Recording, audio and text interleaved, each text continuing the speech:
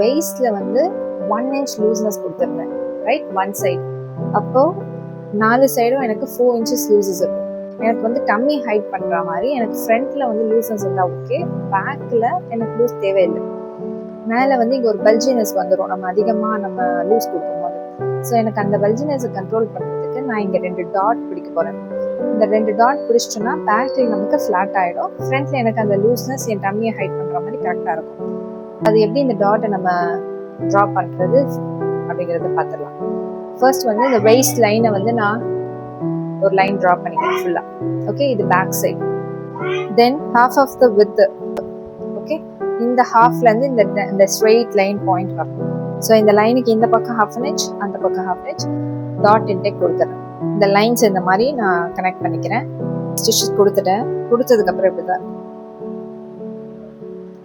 Thanks for வாட்சிங்.